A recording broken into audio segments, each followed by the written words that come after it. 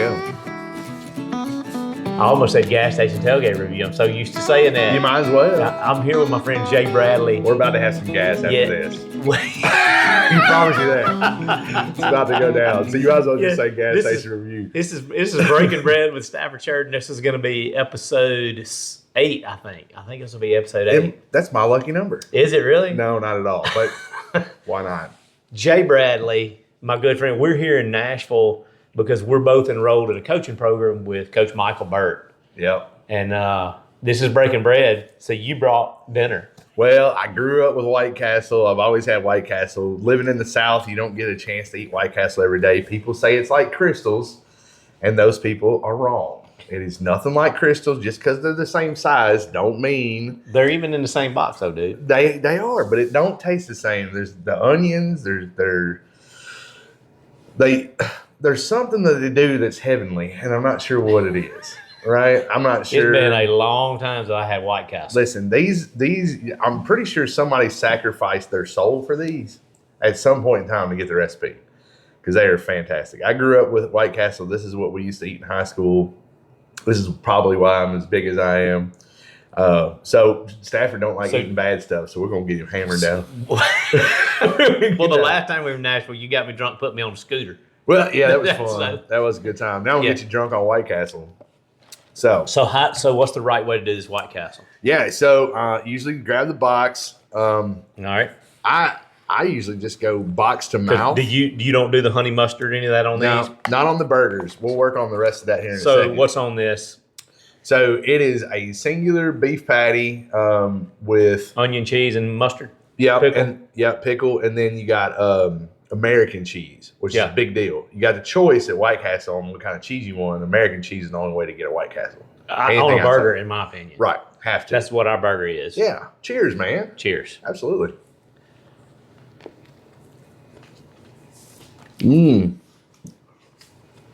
Pickle got me hung up. So is Jay a happy man right now? Man. Brings back memories of, food's a funny thing, right?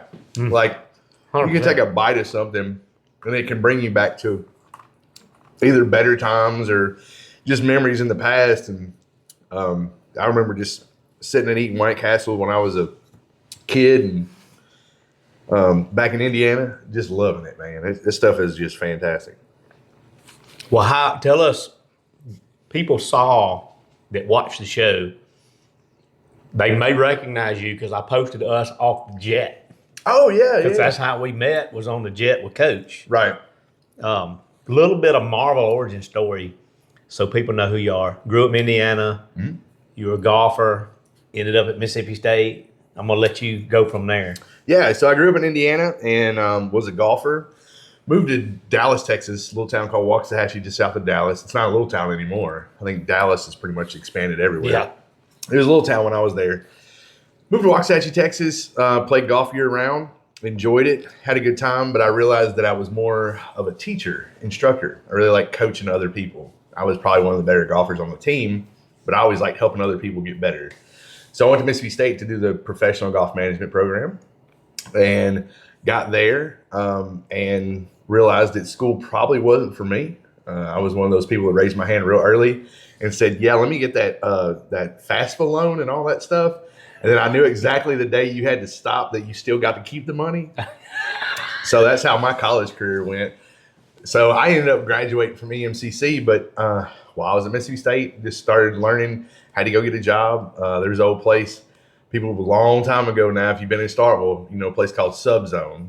So I've worked at Subzone. Now Giggleswick is where Subzone used to be. Okay. Yeah. So I worked at Subzone. And then a buddy of mine bought a bar. He bought the old Cheers bar. This had been 2000. And we remodeled Cheers, started that. And that was really the first part of the dream, which was to open a nightclub. Well, I tell you, you got to back up a little bit. Yeah. Because one of my favorite stories of yours is how you got into the bar business. Oh, you were basically. Yeah. Okay, so. Yeah, that's a great story. So So when I was in the Polos, for anybody who knows Starkville, it's just a college apartment complex, about 400 front doors. I used to play cards and risk back in the day with some of the police officers. I was friends with them, so on and so forth. And if I was there, they wouldn't necessarily start arresting people right away. They might ask us to shut the party down, what have you. So if anybody was ever throwing a party, they would come talk to me, and I would tell them what to do. And then also I'd tell them that I'd raise the funds for the party. So what I used to do was go around door to door, knocking on doors, getting $5, $10 from everybody. And we'd throw big parties. Probably the most notable of that party was the Pimp to Hose party. There was a bunch of people. If you were ever in Starkville between, say, like 99 to 2003, you knew about the Pimp to Hose party. And we just dressed up like 70s pimps. We went to Nearly New, which is, I can't remember. It was right across from, what was Kurt Christie's place over there? The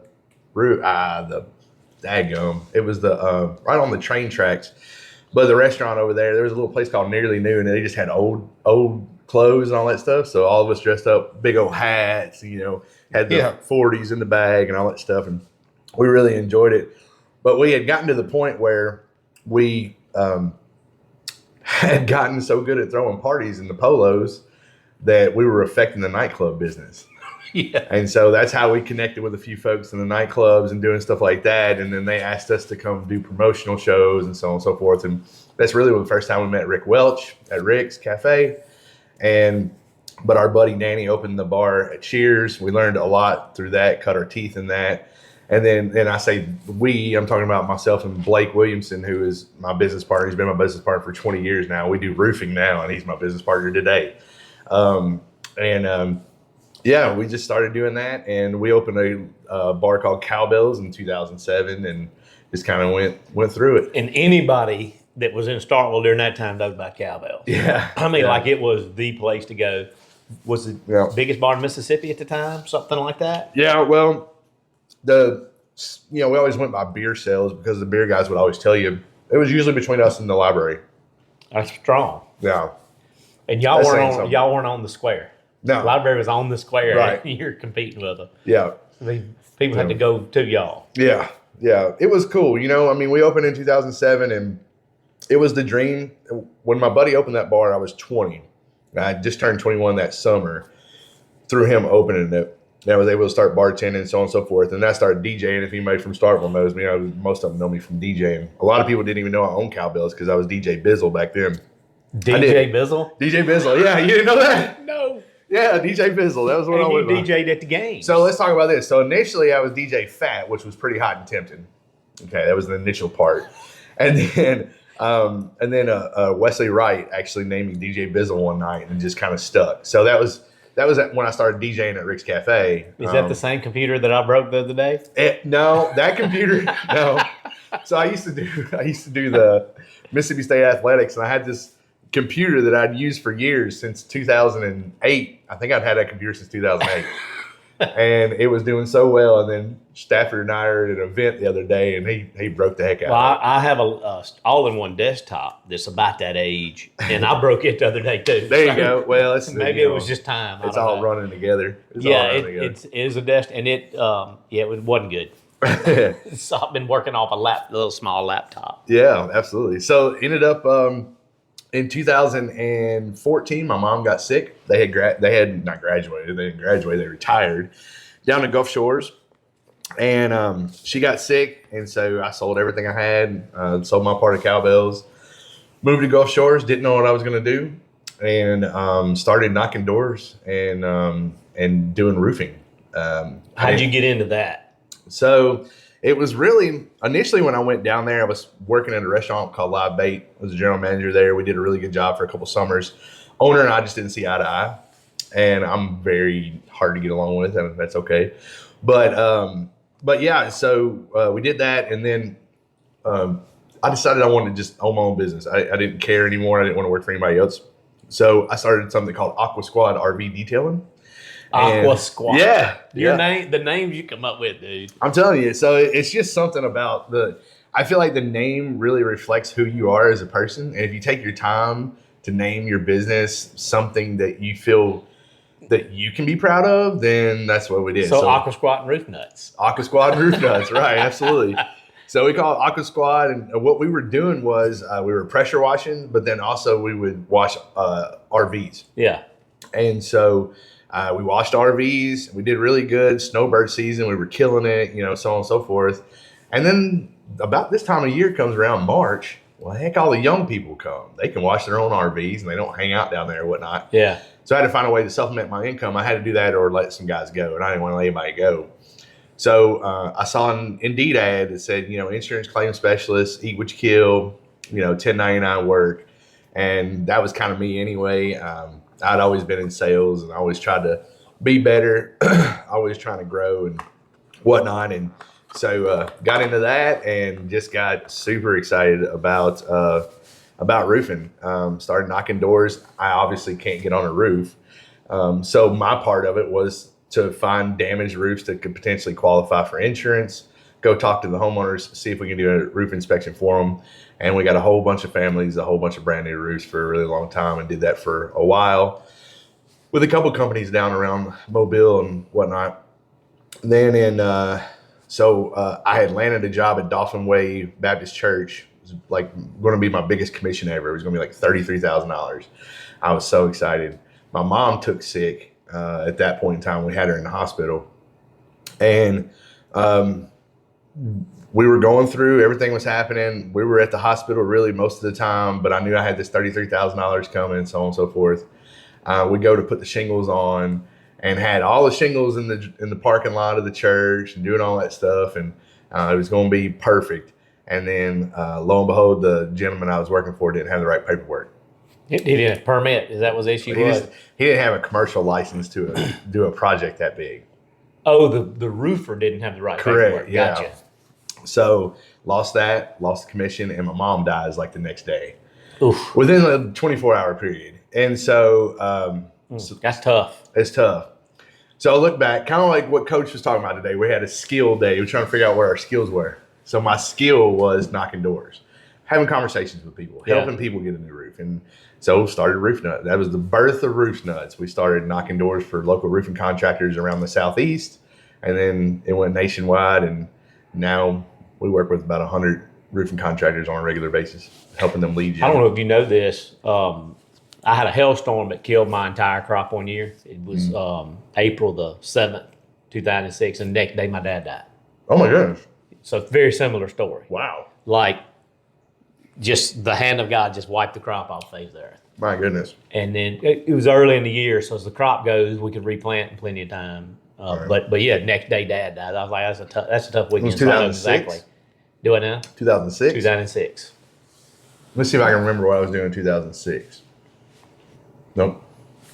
No, I can't remember 2006. I was in Starkville. You were in Starkville at the bar. I know exactly. There's moments in my moments in Starkville that I don't quite remember. There's a lot of. Well, let's back to that because I know there's some great stories from y'all had live bands. We did. Yep. You had to have some good guys come through there, good acts. So a lot of the stuff that we saw was we would come up to Broadway and grab a lot of these artists that were right up here, and just offer them to come down. They want to get in front of people. They didn't care. They want to get in front of people. Well, there's new people for them too. Correct. We had some amazing bands at Cowbells. I mean, nothing that matched what Rick has. Rick, Snoop Dogg, and Kenny Chesney, and all those people.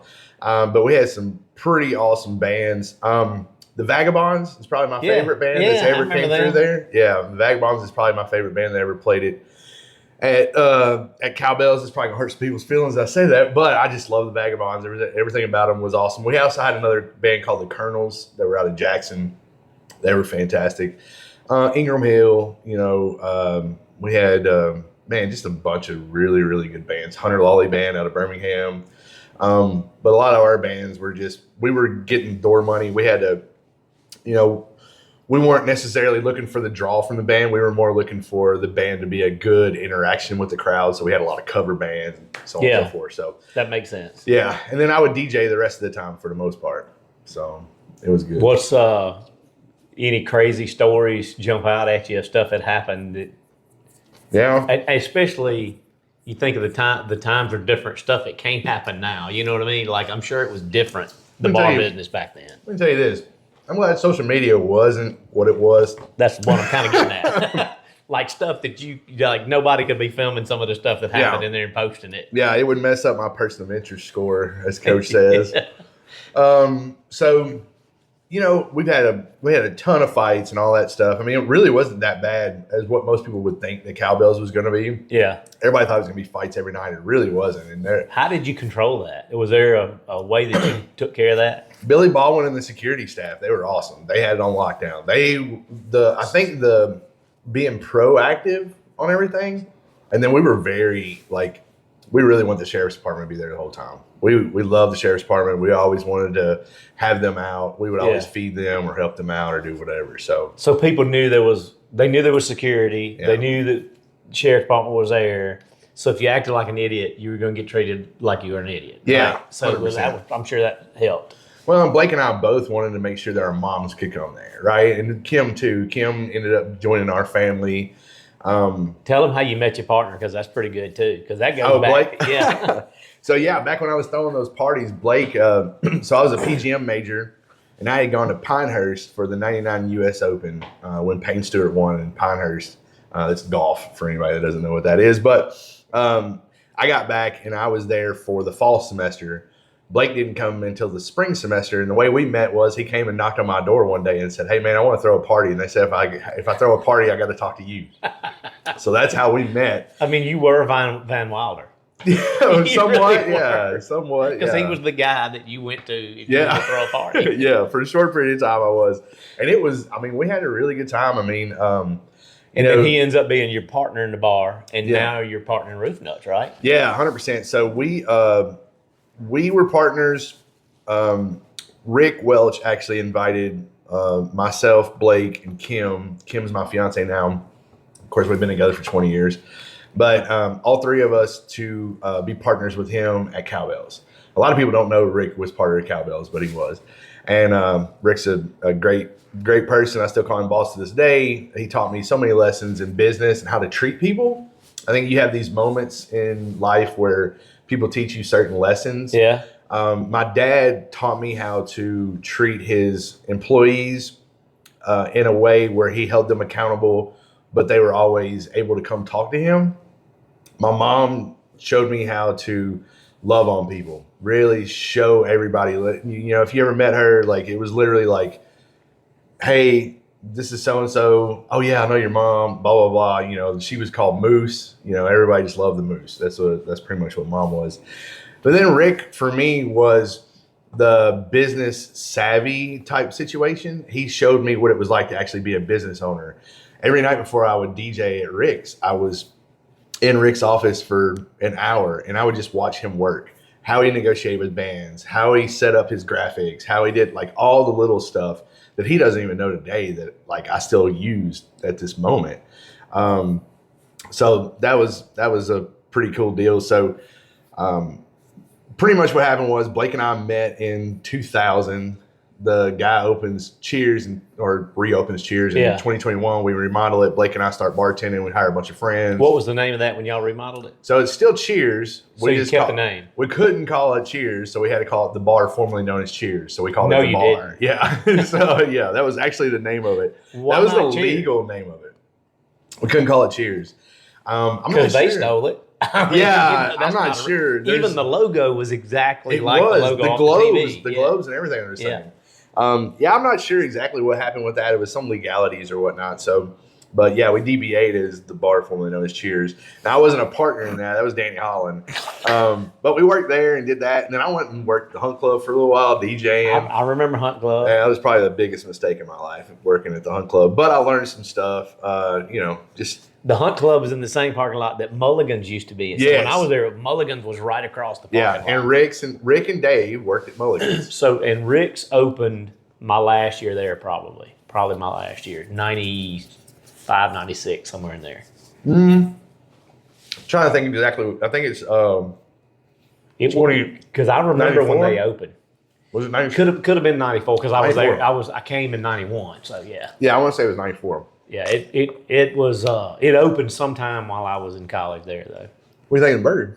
Good, man. Different, ain't it? So it does remind me of a Crystal. It was awful. I want to put a Crystals next to it. We should do that one day and put a Crystals next to an actual White Castle. A blindfold. Blindfold. Yeah. It's a significant difference. All right, I think it's the onions. I think the onions are better. yeah, and it's steamed, right? So, All right, so what do we got over here? all right, so those are the chicken rings, A chicken ring. and then cheese sticks. And then So the they're cheese. I'm so gonna I get one will of tell both. you this, and I'm sorry for the people at White Castle, but their French fries are awful. It is Absolutely what it is, awful. man. So you got to get the other. So now, you got honey mustard, ranch, and zesty zing, correct. So and marinara. what you want to do Okay. is get you a honey mustard, Okay. and you're going to throw that on the chicken ring All right. at whatever, just at your own discrepancy, whatever that looks like. I'm going to go and grab me a cheese. I steak like real quick. honey mustard. I'm a big honey mustard fan. This is a little bit different. I love their honey mustard. I'm gonna try one of these chicken rings here. Yeah. So this I have not had. Yeah. Now we did DoorDash it, so it did sit in the car for a while, so it's not quite, It did. not quite probably what it should That's be. fat-free honey mustard too, dude. Mm-hmm. No, the honey mustard's good. I mean, this is all healthy. 100%. Coke Zero. Yeah, Diet Coke. I'm gonna try it on the Fat-free honey mustard. cheese stick. Yeah. It ain't a bad cheese stick as far as cheese sticks go. Look, this is drunk food at the end of the day. But it brings back memories to me. This will be good at Cowbells. Yeah. For real. So little. Did little y'all known have fact, drunk food at Cowbells? We did. We had some belly busting fries that were very popular. We had pizza that was very popular. Little known fact, however, for 3 consecutive years, the Mississippi Beef Council and the Mississippi Cattlemen's Association got together and did the top 10 steaks in Mississippi, right? Right. And it was consecutive even years. So it was like 2012, 2014, 2016. For those 3 years, we were in the top 10 for steaks. We had probably one of the best steaks in all of Mississippi. They wrote an article, and What was the secret to that? so I don't know, Billy Baldwin let me tell it, and Blake too. Blake and Billy worked on it, but for the most part, it was some mixture of Worcestershire and something else. But the big secret was Cavender's. I love Cavender's on the Yeah. steak. Yeah. The great thing about Cavender's is if you put a little more than normal, it's like not, it doesn't overpower you. Just a little saltier. You know that side of Arkansas, Cavender's is? Is it really? Yeah. The Greek season? The family of the Cavender family is in Arkansas. Really? That's cool. It really is. So yeah, Blake and I and Kim opened Cowbells in 2007 with Rick, and we did that, and did that up until 2014. I started to back out because Mom got sick, so Blake and Rick bought me out, and I actually exited in 2016, and left with a little bit of dough. It wasn't a whole lot, so I had to jump on and get a job real fast, and did that, and then moved down and learned roofing, and that really changed my life. Learning the roofing deal really changed my life. Went and grew Roofnuts, and Roofnuts now is in my opinion, the #1 lead generator for all roofing contractors across the country that work restoration sales. And it got so big at one point in time. Unfortunately, COVID took Cowbells down. I mean, it was inevitable. Mississippi was doing all the laws and everything where it was really hard to stay. It was a real weird time, dude. Yeah, it was tough. And so, unfortunately, Cowbells didn't make it through that. A lot of overhead, it was just a lot. So, right, everything happens for a reason, in my opinion. And in 2022, we got to the point to where it was scary. And if you're in business, we all get scared. It just is, if your business, if you don't get scared at some point in time, you're not pushing yourself hard enough in business. And so we got to the point where we were making so much money that I was getting scared, and I needed help, and I knew the only person That's I a could good rely thing on. to be scared of. Yeah, You know what I absolutely. mean? The only person I knew I could rely on besides Kim was Blake, and so unfortunately we were at a buddy of ours, celebration because he had passed away, and but on the way up there, I was telling Kim about the issues, and she goes, "You need to talk to Blake when we go up here. You need to talk to Blake." She just bugged the heck out of me. I was like, "Blake will never come and work for me." I was like, that's not something. And luckily enough, we were able to put together like an equity deal. So now he's partners with me in Roofnuts, and I feel a lot better about that. And hopefully he does too. And so now, we're just killing it. And I got to a point before I got on the plane with you for about a year and a half that I had gotten to where I wanted to be, which was time freedom, money freedom. And I didn't know what to do, right? I had kind of accomplished what this thing was kind of running itself, right? Yeah, it's all running itself. Surround yourself with really good people and they'll take care of you, right? And that's what happened. I just hired people who were smarter than I am and they took off with it. So, and that's what I was looking for. I'd always been in network marketing or something. I was always chasing that dream of being like financially free and time freedom, so on and so forth. And and it's awesome. Don't get me wrong. I'm not knocking it at all. However, I'm not built that way. Well, Coach always talks about being bold. You're one of the boldest people I've ever met. Like you're in the hospital with your fiance. Yep. Looking at your phone and say, "Oh, getting on that plane looks fun. Let's do that." And so me and you end up meeting and immediately figure out the Mississippi State connection. Yeah. And kind of just became friends. I think at some point, Coach Burton looks at us and goes, "Do you two know each other before today?" Like, no, we're just from Mississippi. Right. We're on a private jet with our coach, and Stafford and I we hit it off in the FOB in the sure did. waiting area, and yeah, I mean, it was just natural for us to have a conversation. We really knew, obviously, being in Starkville. But that lit a fire under you that day. It did. When I got on that jet, I realized there was another level. See, the whole situation is you don't know what you don't know. And I didn't know that there was another level. So all that did was I hit the top of one mountain, but the top of one mountain is just the bottom of the next, right? You were at a peak, not the top of the mountain. Exactly. Yeah, absolutely. So I was like, all right, it's time. Let's go to the next one. And so we made some decisions, and now I'm starting to coach. And I think that's probably something that's different for me is I never looked at myself. I looked at myself as a very good golf coach. I was really good at golf coach. And then I have helped tons of roofing contractors grow their businesses. And I enjoy it. That's fun for me because I know if those roofing contractors go start their businesses, they're going to help families down the line, for years to come. Well, you told me some of the numbers of what happens to a roofer after you leave. You want to share that? Because to me, I hear it and I'm like, I don't know what you charge, but it can't be enough. Yeah. So, and the numbers sound big in roofing, right? Because but the growth I'm talking about, the growth you're giving these guys is kind of incredible. Off of just coming in and coaching their people, right? Yeah, just coming in and coaching them. Most of our customers that actually do the program, that actually follow along, 3x their company within 18 months. Do you know? And you've said this before, and you and I have talked about this. But at lunch today, you're talking about how some of the kind of rules and procedures from having Cowbells applied over. Yep. And so my question is, I think I've asked you this before, is your coaching going to be limited to roofers? Because it sounds like it's applicable to more than one industry for sure.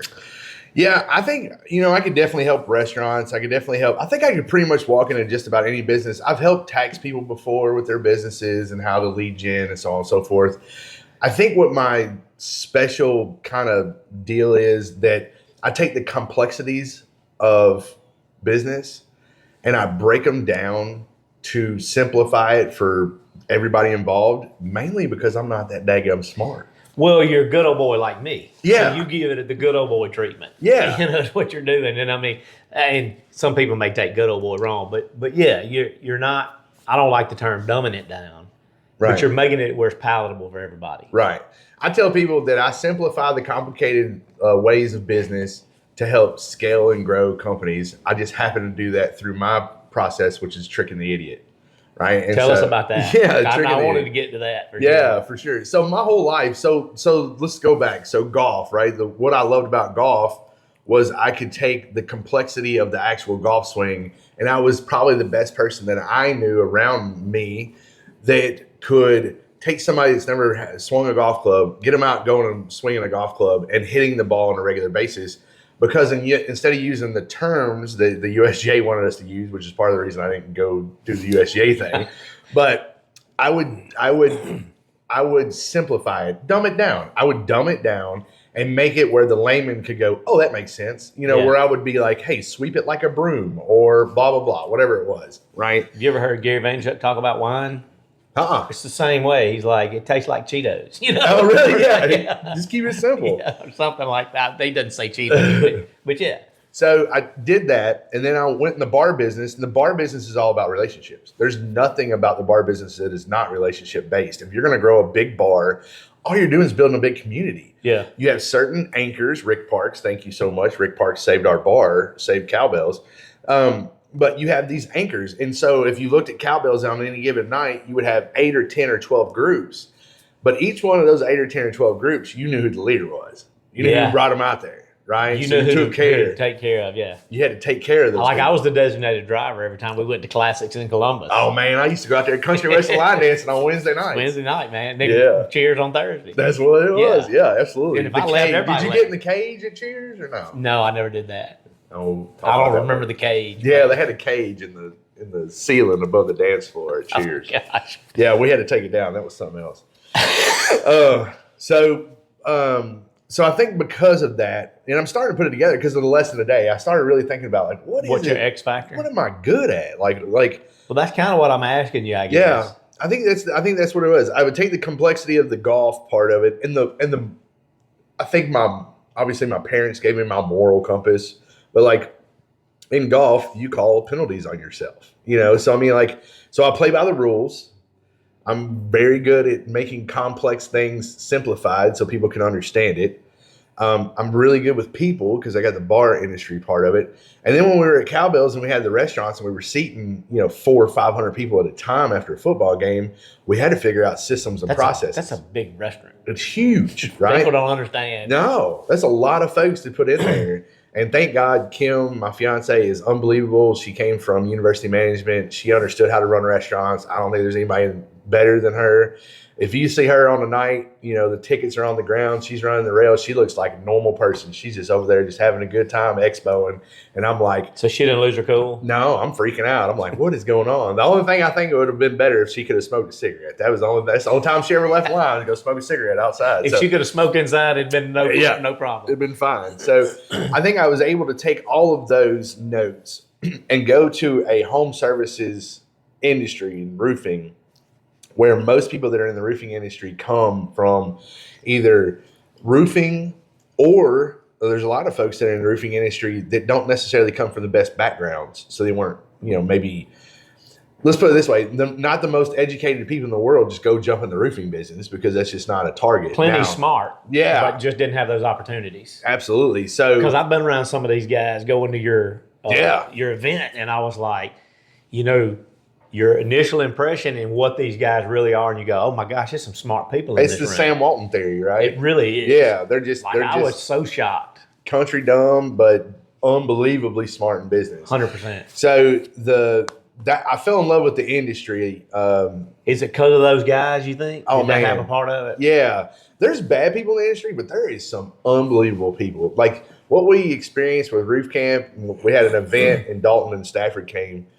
I think that was something that probably won't ever be duplicated. That day was pretty incredible. Yeah. I mean, I never heard so many people talk about the Lord. I never heard so many people talk about it's a revival. Their story. It really was. It was just like, interesting. And I didn't grow up in the church, and I'm not, I believe, but there was just something special about that. It was. I don't know that we'll ever duplicate that, but that was just a very, very special day. So, but going back to everything, I think based off of all of the things that I have done have gotten me to the point to where I can sit back and while you're in the frame, I can look at the frame and tell you kind of sort of where your picture needs to lay out, how it needs to go. Whether it's, it's the old Marcus Lemonis. Is it the people, is it the process, or is it the product, right?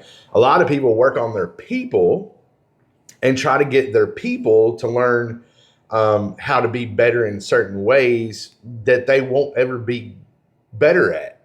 And 90% of that's not skill. 90% of that's attitude. They're trying to fix the attitude of their people instead of just going and getting people with better attitudes. Gotcha. So we were talking about that earlier. Yeah.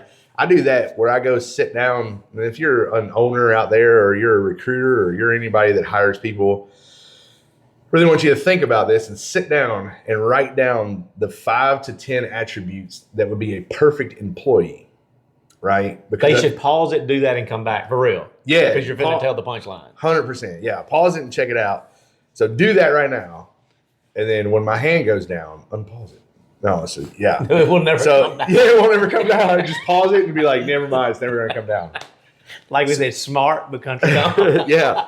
So in the back of your mind, think about that. And I heard this on a Jeremy Minor video, I think is what it was. So I don't want to take credit for this. I heard this from somebody else. Everything I say is just regurgitated stuff from people that are way smarter than I am, right? So I have nothing new. No, except for the trick the idiot stuff. That's pretty much all I have is the trick the idiot stuff. So, for me, when I'm looking at this, and every single time, I'm telling you right now, every time I have the executive team do this, there might be 1 or 2 skills in there between them, the entire executive team, but 95% of everything is something hardworking, good attitude, motivated, positive, fun to be around. Those honest. are all honest. You can't teach loyal. that stuff. You can't teach that stuff. No, it's either it comes from your upbringing to a degree. That's it. You either got it or you don't. And so in business, right, you have to identify those issues. And then you got to have the complicated and sometimes hard conversations. So how do you hire those? How do you pick the right people in the beginning or do you just have to hire fast and fire fast? In the roofing business. Or hire slow and fire fast? So it's funny when the roofing business, because of the way the roofing business is set up and it's commission based and you eat what you kill, I can't really tell who you are sitting across the table from. Because a lot of people are not going to make the cut. Right. They're just not going to be able to kill enough. Yeah. So I can't tell what you're going to be like until we get out in the field. So I train all of my companies to do a 2-week training process. If they make it through those 2 weeks, then we spend more time with them. And pretty much they're just doing lead generation stuff. But if they have a good attitude, if they're not going to hurt the culture, if they're maybe even going to help the culture, if they're going to do whatever it is to the business, your people are your business. Like Cowbells, right? We built the building, but the people built the business. Yeah. Maddie, Chris, Risa, Doug. It's like a church with no people. It's not Avery. A church. Yeah, all those people were the ones, everybody that worked there were the ones that actually made the business. There's a great bunch of people that are mad that I mentioned their name. Probably never going to watch this, but we'll see. Yeah. Somebody one day will be like, Daniel, my old roommate Daniel will be like, hey, you son of a gun. Daniel, you did good too, so I appreciate you. But just understanding that and understanding that the people are the business. And that was just something that Blake and I always did. I think the thing with building culture in business, a lot of people want to hang up a bunch of posters about like, go get it today and your motivation is everything and like, hurry, go. Which is great for somebody who wants to be motivated. Right, but absolutely. not so good for somebody that's like, that's stupid. That's dumb, right? So what we did at Cowbells, if you ever were at Cowbells and you enjoyed the experience, and if you weren't at Cowbells and didn't enjoy the experience, this is not necessarily reflective of this, but for us, we try to make Cowbells a special place. We wanted the bathrooms to be clean up to a certain point. Past midnight, we didn't have any control. Yeah. Okay? It's a bar. Right. We it's all a bar. know. So, we wanted the bathrooms to be clean. We always wanted to be a place that would be proud for our moms to walk into. We were 100% customer first. If somebody walked up to the bar, we wanted them talked to within the first 10 seconds. We wanted everything to be presented in a good way. We just wanted the customer experience to be number one. I didn't care how we can fix the way the drink tastes. I can always fix that. That's a tweak. Yeah. That's a tweak. I can't train what Maddie and Chris had behind the bar. Like we had 2 bartenders. I know you never were there, but we had 2 bartenders that were just magical behind the bar with customers. Like they made customers feel like they were the most important person in the world. I had a guy like that. Yeah, you told me about that. Yeah. So Kevin Horn, and he will be appreciative if I shout him out. There you go. Nice. Because he's still rocking it. Is he? Yeah. So, but you can't hire that. You can't teach that. There's no way to train that. There's, little stuff you like. You can train it if they want to learn, but they got to have what's coach say? They got to be coachable. Teachable. Yeah. And hungry, yeah. And so for me, that's what I look for. When I go in companies, a lot of times we're trying to tiptoe around the hard conversations. Do you think some people bring you in to be the bad guy? 100%. just had that happen. And those guys knew that I was coming in a bid back. But the cool part about it was I came in, I said what needed to be said. The guy I was talking to turned everything around and now is one of their best employees. But I just told him like it was. They were trying to. So they were being way too easy. So they were trying to be non-confrontational because there were some family issues. And I'm guilty of that. I've been guilty of that in the past. Being non-confrontational, it's not good. Right. Because you let things go way too far. Correct. Yeah, you got to have the hard conversation. Because either it's correctable or it's not. I think that's the thing. You know what I mean? If it's either correctable and you could have said something and it could have been corrected, or it's not and you could have said something and they could be gone and you could have somebody else in that position. 100%. But most people want you to be honest with them. I think so. The dishonesty of trying not to hurt their feelings hurts them more than just going ahead and have the conversation. You just said a mouthful. Being non-confrontational is dishonest. Yeah. There's no honesty in hiding the truth from somebody. And I still struggle with this sometimes. Yeah. Because I really like my people. So even sometimes I'll go, I'll catch myself and I'll go, I'm going to say something about that to them tomorrow. And I'm like, what am I doing? So give me an example, because this is what I train on, right? I teach them how to have that conversation. So let's just say that somebody does. I'm better at it now because I'll say, oh, no, you're being an idiot. Go talk to them right now. Right. Yeah. What would be an example, though, of like something, and you can just say whatever. It doesn't matter. Small things like I didn't like the way they were grilling the buns. Sure. Something small like that. Absolutely. Because I'm picky about the way my food is going to look. Right. So if they're not grilling the buns and you didn't want to talk to them, now obviously you're doing better, then I would train everybody on starting with the bad, finishing with good, right? Which is probably what you do. Hey, man, I noticed those buns. I know I'm a stickler. Listen, I need that bun to be a certain way on that grill so I don't have a flat top so we get that nice crispy edge. Yeah. But I tell you what, man, your burger's been perfect here lately. Oh, yeah. No, I would do very something similar to that. So most I'll be like, that's the one thing. I'll be like, that's the only thing I can find that we could possibly change on. There it is. Is the way I would handle it now. A lot of the roofers that I'm with are everything else is perfect. We can change that one thing and it'll just be that much more perfect. That's it, right? And then there's a commonality. Everybody wants the food to be great. 100%. Right? And if you don't tell them, they don't know. Yeah. Right? So I think I had a lot of that too because I worked with a lot of my roommates. At Cheers, I had to fire some roommates. Blake had to fire some roommates. That's tough. Like, yeah, it's hard. You go back home and they flip your bed. You know what I mean? Like, it's like, what do you do? Did they get over it? And yeah, of course. And I think because Blake and I learned how to do that early in life, that now our personal skills are a lot better than what they used to be. I've had most of the times I ever had to fire somebody, they kind of knew it was coming. And that does come from being honest and having those conversations. The couple of times somebody was really mad at me, it was my fault because I know that I wasn't honest enough. And then when it hit them, they were surprised by it. Mm-hmm. And that's my fault. And I felt super guilty about that. Yeah. But I let a guy go one time and I sat him down and I said, look, these things have to change or we're going to have to make some other kind of change. And so when the other kind of change came, he's like, I understand. You told me what I had to do, and I didn't do it. And he was like friends of mine to this day. He calls me for advice, and is a good dude. Kim's helped me out a lot with that because Kim is very organized. She's very, you met her. I mean, she's very to the point. First of all, she's the most honest person I've ever been around. She'll tell you like it is, no matter what.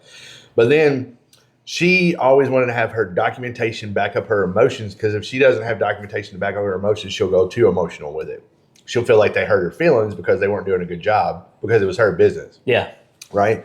And so she had the, write-up forms and we would give them 3 strikes before we let them go at Cowbells. And I remember having to fire this girl named Shorty, man. It was one of the hardest things I ever did because I had to put that last check on her and have her sign it and tell her that was her last day.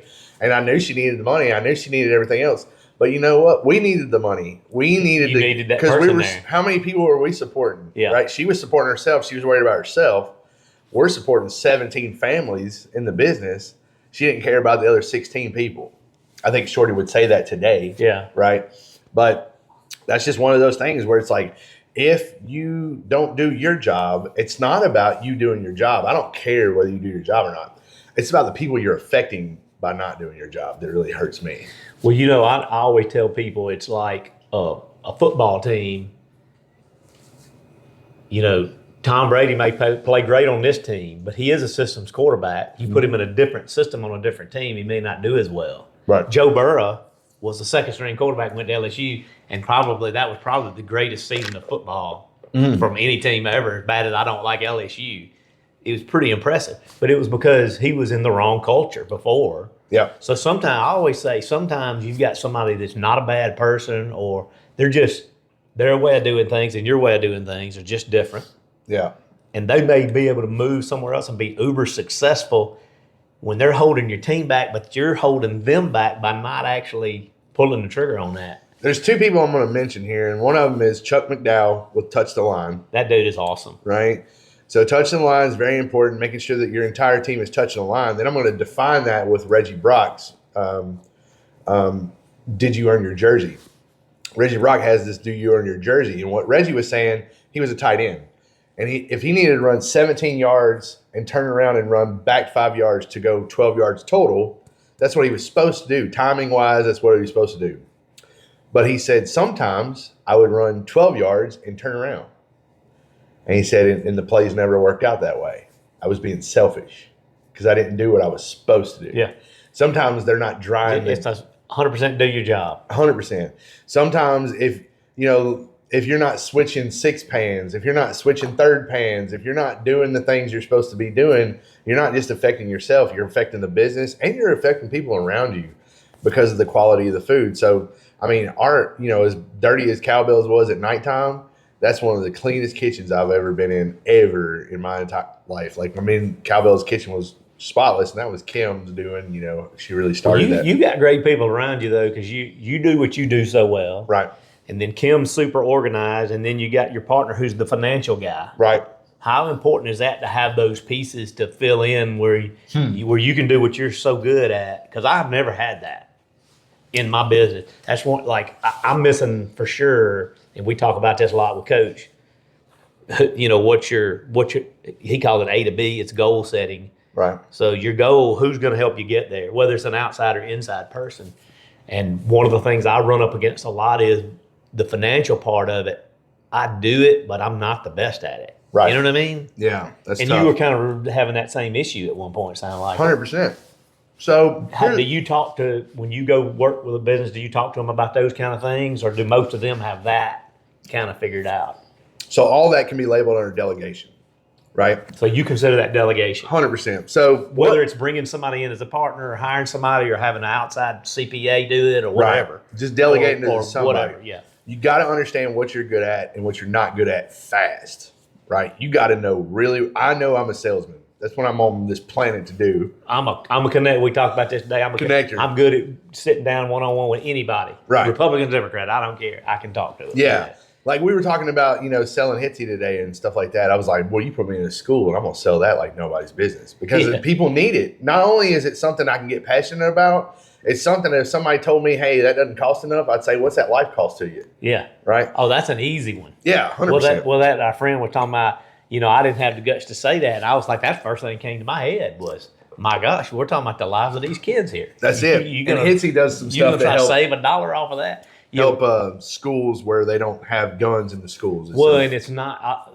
and we're getting way off, but it's an AI. And they use cameras. And the cool thing about it is, instead of your kid, and I'm reading between the lines, but instead of your kid having to walk through a metal detector every day at school, they're using cameras and they can tell immediately before they even get to the school that they have a gun. Right. Which is super cool. Absolutely, yeah. And you can put school, and it locks the doors. The system actually locks the school down before the kid gets there. Or whoever. It doesn't have to be a kid. Absolutely incredible. But there's people in Hitsy that probably are developers that can't sell a lick. Right. Right? And me and you would never develop anything like that. I know. But you put something like that in my hands, I could be dangerous. I could get that to 70, 80, 90 billion dollars really fast. I don't know. I was making numbers up. But so I understood early on that I was the people person. Blake and Kim are both mildly introverts. Now, if we go out to a party or do something like that, they do it. Well, I'm sure it helps if you're there too. Sure. Yeah, absolutely. They feed, if I have somebody that understands numbers, I can 100% see what they're doing and read it with them. Yeah. I just don't want to be the guy doing it. And Blake I'm is sure that when he gets around you, he feeds off of that some. 100%. And Blake is so where you and I are good timers, right? We have a good time, we're fun. Yeah. Blake is good time and fun, but then he like it's this sense of love too. Like he's a really lover at the end of the day. Like I don't know how to explain it. He wants people like where I want people to feel fun around me. He wants people to feel love around them, and then Kim wants people to feel very comfortable, safe, right? Organized. We're here for 2 days, and she packed, 3 suitcases, not for herself. If you look at her stuff, it's in a little whatever, but she's got, creamer, coffee, Band-Aid kit, first aid kit, just in case something happens. She's just that type of person. She's an organizer. Very much just so. Just organizer, bottom line. Yeah. So delegating is a big thing, and that's something that when I would go into roofing contractors companies, I learned this from Dan Burr, I think is his name. He'll never watch this, but I always do this. I'll go, hey, look, let's just imagine these are $2 bills, right? Do you think both of these dollar bills are of equal value? Yes. Okay. And this is what I do with my roofing contractors. I go, okay, cool. I'm gonna put $1 bill right there. Now, I'm gonna take this dollar bill and I'm gonna put a mile down the road. Okay. Do those still have the same value to you? No. Right, because you won't go down there and get that one. Well, this one's closer, so right. They don't have the same value. I want the other dollar, but they don't have the same value. Right. Right. Well, this is hiring, training, bringing people on, growing your business so other people will help you grow the business for you. Running down there for that mile to go get the other dollar down there is what you're doing today. Which we've all done. Exactly. Yeah, we've all been in that position. So that's what I try to show them. I try to show them a visual of let's bring people on, show them how to do the job, make yourself duplicatable so that way you quit climbing roofs. It's funny, there's people in the industry a lot in roofing, and I've seen this a lot on social media. And I don't carry very much weight behind some of them. Some of them I do. But they'll start talking about, because everybody in roofing now is a coach. Everybody. And I didn't personally grow a roofing company, but I've helped several grow. And I've got the attributes to show it. But there are a lot of people that are getting into the coaching space that don't necessarily need to be in it. But the funny thing for me is on social media, seeing the roofers that are talking mess about the coaches and all these coaches and all this stuff. And they're like talking about it when they're still on a roof. So I've had another good aside to that. Mm-hmm. I've had former restaurant owners who are not in business anymore. Sure. Talking about the way I market my business, for instance. I saw that and I was like, but you closed your restaurant. Yeah.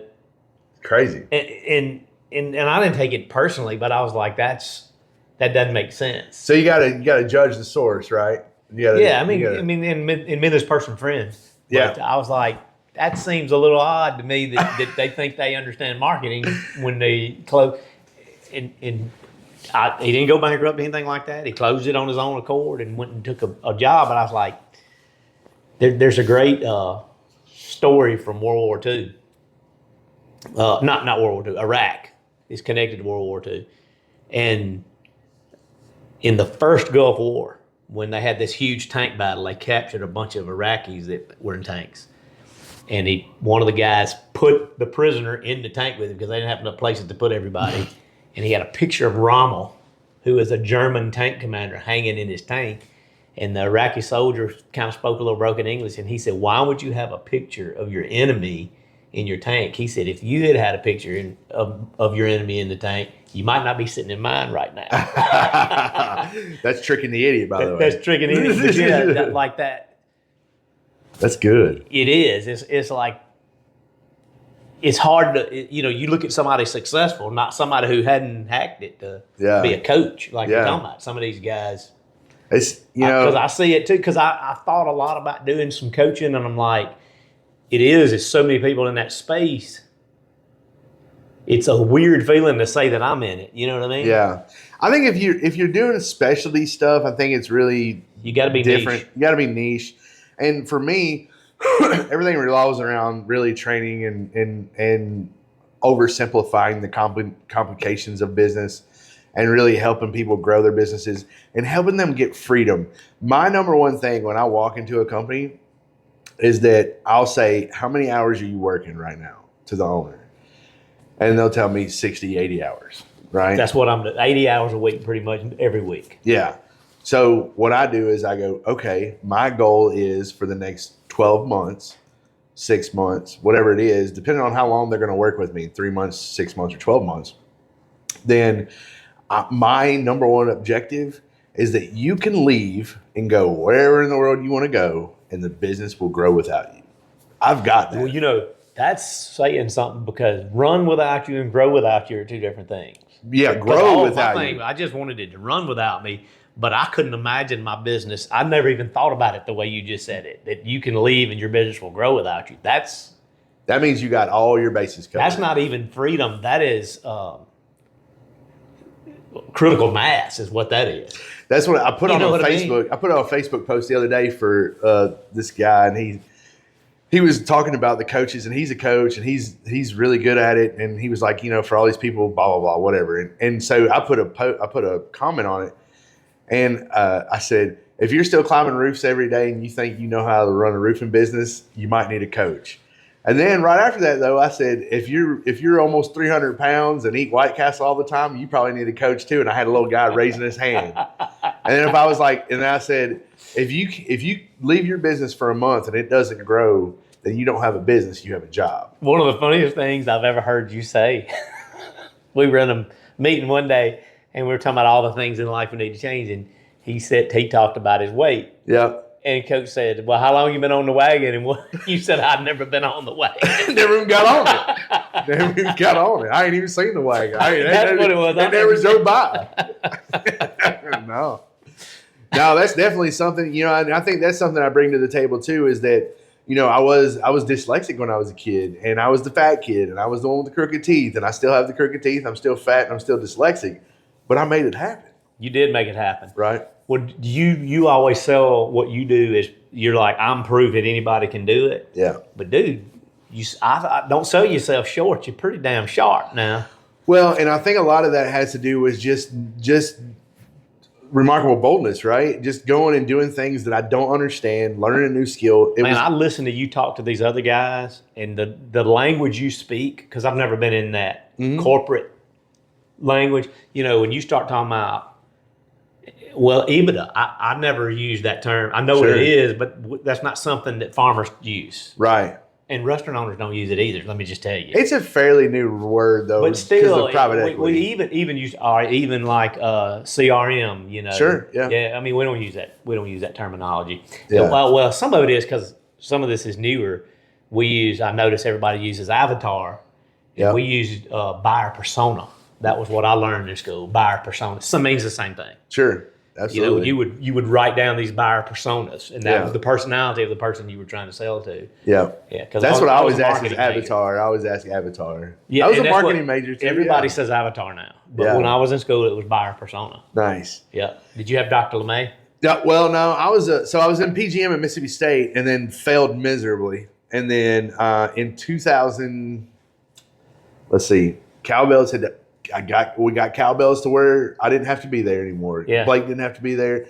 Blake had to come do the money, but I mean, really, Blake didn't have to be there. Kim wasn't there anymore. So this had to been maybe 2009, 2010. What people didn't see of that, though, was the long, arduous hour. We probably put in what normal people work 5 years for in 2 years, right? Yeah. As far as hours and time and all that. But we knew where we were going. We wanted to grow it to the point to where we didn't necessarily have to watch it all the time. So, but we grew all that. And I think in 2009, maybe, or 8, something, I can't remember, I went back to the EMCC because I just said I got to do it. And these are things, too, about me that, like, I challenge myself to do stuff that I just don't think I can do just to see if I can. And so, I went back and I said, look, I'll just at least get an associate's degree. And I went and I got it. Thank God for Lori Smith. She helped me out so much at EMCC. If you see this, Lori, you're amazing. And so I'm now a Lion. I'm an alumni of East Mississippi Community College and proud of it. And so, those are just things that I think those are the moments for me that taught me that the more skill I learn, the more money I make. And so I got addicted to it. When you go into these businesses, are there problems that are kind of unique, or are they common across the field, or like, do you see common things over and over and over again? Commonalities, 100%, especially when you're dealing with roofing, commission-based structures, over-promising, taking your best sales rep, making your sales manager. Like, these mistakes are these are things that every roofing contractor pretty much has to learn or do unless you have somebody like me. Is that common for people to take, you got your best sales manager and you go, oh, I'm going to put them in, your best salesman. Yeah. And you're going to put them as manager. So they're not selling anymore. Right. So you take all your money out of the field, right? Now they're going to manage people. Well, and they probably made more money selling, really. 90% of them, we just put them right back out in the field. Hey, man, you want to go back in the field? Yeah. Okay, cool. There's a reason they were good at it. They probably liked it. For a salesperson to be a really good salesperson, unless they're an amazing leader and a great salesperson, chances are that they're kind of selfish. You have to be a little bit to be like a top. To just go out there and just absolutely kill it. I had all the skill in the world to be one of the top salespeople in the companies that I worked with, but I never got to the top because I was always too worried about other stuff opposed to me. If I was just worried about my paycheck, I probably could have been one of the top people in the company, but I just never was that way. I was always about the people around me, and I'm ambitiously lazy too. So I had people around me all the time that would go climb roofs for me and do stuff. Let's go back to Trick the Idiot, because we got off of it 2000. Oh yeah, Trick the Idiot. You're writing a book, and how that started when you were first doing this. Sure, I know there's a story behind it. So Trick the Idiot came from. There's a gentleman in World Ventures, Byron Schrog, that says something similar to Trick the Idiot. He'd tell the idiot or something. I can't remember exactly what it was, but it resonated with me. And I knew when I left Cowbells, I was starting a whole new life. Because in Starkville, I was an authority in some ways. I was on the fire department board. I was I was the HOA president. I was, all these things in Starkville. I owned Cowbells. I was the DJ for Mississippi State Athletics. I could go to man. I'd go to Walmart and it'd take me 4 hours to get through Walmart and talk to everybody. You know what I mean? So and I loved it, and that was great. And I wish I could do that one more time, right? I wish I could walk into that Walmart one more time from 2010. You know what I mean? Like one of those deals. But when I moved down to Gulf Shores, I didn't have really a pot to piss in, to be honest with you. So having to humble myself and go knock doors, that's something that most people would never do. They would never go and be from one of the biggest nightclub owners in Mississippi. Well, I think of the encyclopedia and vacuum salesman used to do, what sure. I mean? Yeah. I mean, that's people don't realize there's still people doing that even all day, every day. Yeah. They sell vacuum. They still sell them $4,000. We bought a daggum. Kim got one not too long ago. Yeah. I think it was like $4,000 or something. So you start knocking these doors. Yeah. So when I went for the interview, because I went in for an insurance claim specialist, 1099 commission-based sales. And I knew 1099 meant they didn't have control over my time. They couldn't tell me when to be there. I was still running Aqua Squad, so I had to run Aqua Squad, but then still do that. So I thought, well, can I make up a little bit of that income that I needed to bring in by doing this, whatever this insurance claim specialist thing is? Well, first of all, you're not supposed to put that. But secondly, they got me in the room and said, hey, this is roofing sales. We sell roofs. We go find storm damage, and we help homeowners through the process, so on and so forth. And I'm probably, at that time, I was probably about 40 pounds heavier than I am right now. And I said, boys, this ain't getting on the roof. There ain't no way. I had too many White Castle sandwiches. I can't get on the daggum roof. There ain't no way. So what ended up happening was they said, well, this is how much most roofing salespeople make. And I said, that right there, that number is what the average roof sales make? It's like, well, what about a really good one? They're like, well, this number. And I'm like, who's the person that hit that number? And they hollered at this guy, and he came in there. It was Casey. And Casey said, hey, what's up, man? And I was like, that guy right there hit that number right there? He said, yeah. I said, man, what do you do? Where are you from? Blah, blah, blah. I started figuring out some stuff about him, and I went, he ain't no different than I am. I was like, he ain't no specialer than I am, and he's getting that number right there, which, by the way, that number was 3 times more than I'd ever made at Cowbells. Okay. Yeah. So I went, now my ears perked up, and I'm like, okay, so let me ask y'all a question. What do I got to do to make that and not get on the roof? And they said, well, you're going to have to go get leads. I said, okay, what does that consist of? They said, you got to go find bad roofs, knock on those doors, ask the homeowners if you can do a free roof inspection, right? Tell them somebody will come by in the next 24 to 48 hours, take the pictures, and then you go back and share the information with them. I said, okay, to get to that number, how many inspections do I need to do a week? And they said 15. So me knowing everything about business, there's going to be churn. I said, so if I get 25 a week, there's a potential I could beat that. They're like, oh, yeah, you could beat that big time. So, okay. So that was your goal, 25 at that point? 25. Right then you made that decision? Right. At the same time, there was this little restaurant called Culver's from Wisconsin that had moved into Foley, Alabama. And Culver's, this White Castle burger is probably like an 8 to me as far as food goes. But there's something about the Culver's ice cream that is just like, it's a little I've heard their burgers good too. Burgers, they got butter burgers are ridiculously good. They're so good. There's just something about that Culver's ice cream that's just amazing. And I'd stop by and get me one, scoop about every day, whatever it was. But I knew now, and I enjoyed it. And that was something that I could go, usually we would wash a rig and I'd go have a Culver's scoop of ice cream, right? That was just the way that I celebrated or did whatever. But now I've got a new goal. I got to go get 25 leads. Come hell or high water, I got to go get 25 roof inspections. So from that point, I said, I don't get Culver's, right? This is tricking the idiot. I don't get Culver's until I get 25. Now, the thing about it is I've always been ambitious. I've been ambitiously lazy, which makes me a really good delegator, right? But I've been ambitious. So if you're looking at a railroad track and you got 2 tracks and you got this ambitious guy that's headed this way, but then the idiot is completely going the other way, you're not going to go very far. So for me, I got to get the ambitious guy on the track. I got to get the idiot on the track. We got to go down the same route, right? So all I did was just trick the idiot and said, hey, idiot, I tell you what, we're going to get 3 scoops of ice cream whenever we get 25 leads. How about that? And the idiot was like, okay, right?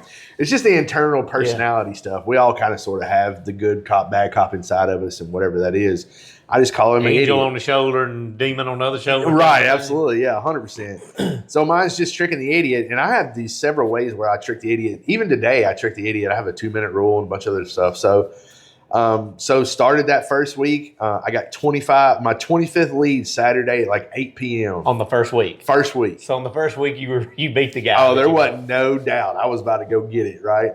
So I'm in Mobile, Alabama. And I drive all the way to Foley, Alabama, which is about an hour and 10 minutes away. It's a pretty good clip across there. To get to Culver's. And that trip from that lady's house, and I remember she was in Sessoms. Was it Sessoms? Sims, Alabama, which is like Mobile-ish, northern Mobile-ish. It's like S-E. Yeah. Yeah, EMS or something like that. Yeah. Drove from her house. I remember it's just a little 3-tab house. Yeah, you're like on the other side of Mobile. Yeah. About almost to, what is that part of Mississippi over there? I can't remember. But drove all the way back to Foley and got my 3 scoops of ice cream. And you know what? I sat in that parking lot and ate that ice cream and realized that I hadn't called Kim. I hadn't called my dad. I hadn't talked to anybody. Mom, I hadn't called anybody. Mom's still alive this time. I ain't called nobody. I got in my truck and I laser focused, drove for an hour and a half. The idiot was driving. It was over with. And I figured out something about myself that day, which was I can overcome any obstacle as long as I put the carrot out in front of myself, right? And I got to have the carrot. We just took a jet plane not too long ago to Austin for me to go speak down in Austin. I took some of my students with me. That was something where I put the carrot out there. I hit the goal and we were able to take the jet instead of me flying commercial and having to go through all the mess. I was able to fly on a jet and go down there. So, I have stuff now, like the 2-minute rule is something I trick the idiot with where sometimes I don't want to get in the office. And I know I seem like I'm ambitious and I go get stuff and people see me and I go coach them and, I'm on this next high level and I'm not like Coach Burt. right? And I don't know. A machine. I'm not sure if he ever sleeps or not, but like, I mean, I'm just a regular dude. And if I don't want to get up or I don't want to do something, I have a 2-minute rule. Kim actually started implementing this for me, where if I'll do something for 2 minutes, then chances are I'm going to do it for the rest of the time. So, if it's Saturday and I'm supposed to go write some coding for, my website or something like that, which is stuff that I don't necessarily want to do, but I've learned the skills, so I need to go do it because it's going to be better for the business, whatever it is. And so you write code for your website. So I use ChatGPT, and then I know a little code. I know enough to make some stuff happen for sure. Gotcha. Yeah. So, but you put yourself in there for 2 minutes and then see how you feel. I go sit in my office chair for 2 minutes, and I'll at least turn the computer on. I'll get started, and 8 hours later, I'm still there doing the same exact thing. And so, I guess the starting is the hardest part. I mean, it is, and I think people in general are that way. Like, I think people in general, like we're around, and we get coached by people like Coach that are just 90-0. They're just the what do you call it, Tasmanian devils of the world. He really is. That just keep going and going. I think that's the cool part about what I do with my coaching is I'm very relatable. I'm just a normal guy that sometimes I don't want to go to work. Sometimes I don't want to go do this, but I don't give myself the option to not do it. I have to find a way to get it and have to find a way to go get to the next level. And so I think, writing Trick of the Idiot is going to hopefully help a whole bunch of people that think like I do, that grew up like I did, that people their whole life told them, thank God my parents were amazing. My parents told me I could do anything I ever put my mind to, and my parents were very much that way. And I know a lot of people don't have that part of it, but maybe I can spread my parents' love amongst people through the book, right? I have a rule called the 10-second rule, which is the opposite. I'll say, and this started, I'll get up early in the morning before everybody else and take the hottest shower I can take, and I do not want to get out. Yeah. And so I'll go, I'm going to count down from 10 to 1, and I'm going to get out. Yeah. 10, 9, 8, 7. And it's just a deal I have with myself, and I don't want to make myself into a liar. Tricking the idiot. So, but what's crazy is I've been doing this for years, and I've applied it in other places in life too. Like I'll open my phone to check an email, and next thing I know, I'm on Facebook. Yeah. And I'm like, all right, you got 10 seconds. And then you got to get off. You better find something good. Yeah. You find something good in those 10 seconds. What's crazy is there's a book out now called The 5-Second Rule, and Mel Robbins wrote it. Really? And she goes through all of this psychological reasoning why that works. And she was giving a speech one time and about something else totally. And she says, oh, by the way, I have this thing I do I call the 5-Second Rule. And it was the exact same thing that I've been doing since college. Wow. Just to make me get out of a hot shower. That's awesome. That's so good. Yeah, that's how it started with me. And she said it, and people replayed the end of it. Was a TED Talk. They replayed the end of that TED Talk like millions and millions of times. And she went, wait a minute. And so she started researching and come to find out there is something in the brain when we're doing these things making these deals with ourselves, right, that restructure some of that chemistry. Wow. Like there's science behind what you're talking about. Yeah. And she wrote a whole book about it. You'd enjoy it. That's incredible. She gets into the science. And she was just like me. She didn't know when she was doing it that there was any science behind that. You know? But yeah, that because you do. I'm guilty of both. Coach said this today, and he's been saying this a lot lately. Is a large percentage of people think they can't do it. Yeah, 80%. No matter what. Yeah. And then 20% of people think that they can do it without your help. Now, I call that ITC. I'm too cool. Well, I'm guilty of that. I mean, I'll watch some of these Facebook videos, and they'll be doing some kind of wood project, and I'll be like, oh, I can do that. Yeah. And I'm real guilty of it. And then I go, wait a minute. Maybe I could, but it would be a hell of a lot easier just to pay somebody else to build that for me. Yeah, absolutely. And I mean, you could utilize all these tools to perfect a craft, which is what you want to do at the end of the day. You got to perfect a craft. No matter what you're doing, you got to perfect the craft because that's what makes you a person of interest. So for me, started Tricking the Idiot. The first week got done at 8 o'clock. Next week, I got done like Thursday at 3 o'clock. Next week, got done Thursday at noon. Next week, I got done Wednesday midday. Next day, I got done Wednesday afternoon.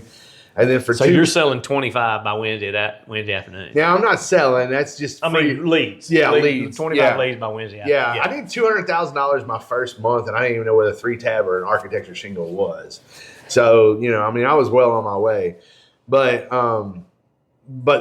then 2 weeks in a row, right before everything happened with my mom, those 2 weeks, I got 13 on Monday and 12 on Tuesday, and then the next week I got 12 on Monday. Dude, 13 on what Tuesday. the guys that hired you? What the hell were they saying? Oh, they were just blown away. They still follow me today on Did Facebook. they really? Yeah, Casey ended up training me. Casey's the reason I'm here. I mean, part of the reason I'm here. Michael hired me. They still follow me on Facebook. They still root me on. They were the one that brought me in the industry, and they're amazing guys. And it's just I think they knew there was another level to me, but I don't really, even saying that makes me feel uncomfortable because I'm not that type of person, right? No, I know what you mean though. So you deserve accolades. Yeah. I just, I don't look at it that way. I looked at it that I needed to get through a time in my life that I was struggling. Before, and I sit in front of you now, super blessed to have a company that pretty much runs itself and it does really well, and I'm just amazed by the growth of it. But it wasn't too long ago that I had to borrow $3,000 from my dad. This is after Cowbells. This is while we're still in Gulf Shores. This is right after Hurricane Sally, and borrowed $3,000 from my dad. And I told him that was the last time I'd ever get $3,000 from him, and it was. And luckily this year for Christmas, bought him a car. So you know what I mean? Dude, how cool is that? Yeah, it all comes full circle. So. That's awesome. I bet he was excited too, wasn't he? Yeah. He went and picked it out and got it, and I'm excited. How did that feel to be able to do that for him? I think you get to a certain level where you just, I think for me, it wasn't something I felt like was a reward or a gift. It was just something I felt like I had to do it. He needed one. I had to do it. And now looking back on it, I was like, that was pretty cool. Yeah. Being able to have the funds to do that and the resources to do that. Now I'm not a multi-millionaire or anything like that. I don't have, a whole You're bunch. on your way though. I believe that. Yeah. I mean, getting in the room like we got in today, and having that, now that I have perfected my craft, which is pretty much conversational skills, door to door does something to people that nothing else I think can. It's a great teacher. Yeah. That's unbelievable. Coach said today that, being justice court judge for me was a laboratory, but it's a great laboratory. Maybe it's a good word for that. Oh, I like that a lot. Yeah. I need to write that down. That's really good. Yeah. I mean, you can see it on the podcast. There you go. Yeah, absolutely. So, I mean, that's the thing, door-to-door sales, what people think it is and what you can make it are two different things. I made door-to-door sales pleasure for myself and for the people I was knocking on their doors, right? Well, you're a people person. You just enjoy people. Yeah. You don't meet a stranger. Like literally. People say that about folks, but like you really don't meet a stranger. Right, absolutely. My goal every time I went to a door was to leave with a friend. Now, whether I was doing their roof or not, it didn't matter to me, but I wanted to leave with a friend. And if you go knock doors in that way, in that realm, you're going to lose some jobs. You're going to lose some business. You didn't push hard enough. You didn't overcome objections, whatever. Personally, I don't think anybody else is better than I am. But if you're in your industry, nobody should be better than you are because that means you perfected your craft, right? So for me, I always just wanted to have a friend. I wanted to make sure that no matter what, whoever answered the door, whether I was going to leave with their name, number, and the inspection or not, I was going to find a new friend. Yeah. And I think if you lead that way, versus a lot of the people that are in the industry that are coaches or gurus that teach you how to be overly aggressive and get punched in the face, and everybody's gotten punched. I've never gotten punched, not one time. Not ever has anybody punched me in the face. Like I've never, you know what I mean? Like there's two different ways to go about it. And you can see cyclically too through my companies that I train. It's the same way with them. They don't have the problems that other companies have with the door knockers because they understand now how to truly pitch with a purpose and pitch to find a friend and pitch to have a conversation and not pitch to overcome an objection or pitch to get them or anything like that. So, I think it's just it goes back to that culture, that Cowbell's culture is it's customer first. That was our non-negotiables, and non-negotiables are what truly build culture at the end of the day. Man, that's cool. Yeah. Hey, we got one more white guy to leave. By the way, I stole that from Reggie Brock. I know Reggie would be like, if Reggie watches it. We got to cheers this last White Castle. Yeah. Because I think we're wrapping up. Nice. This was good. awesome, too. It was really cool. I appreciate it. Hey, man. Cheers. Thank you so much. Thank you. And, man, I think this is going to be awesome. Yeah, it was good. So, the gas station review on this one.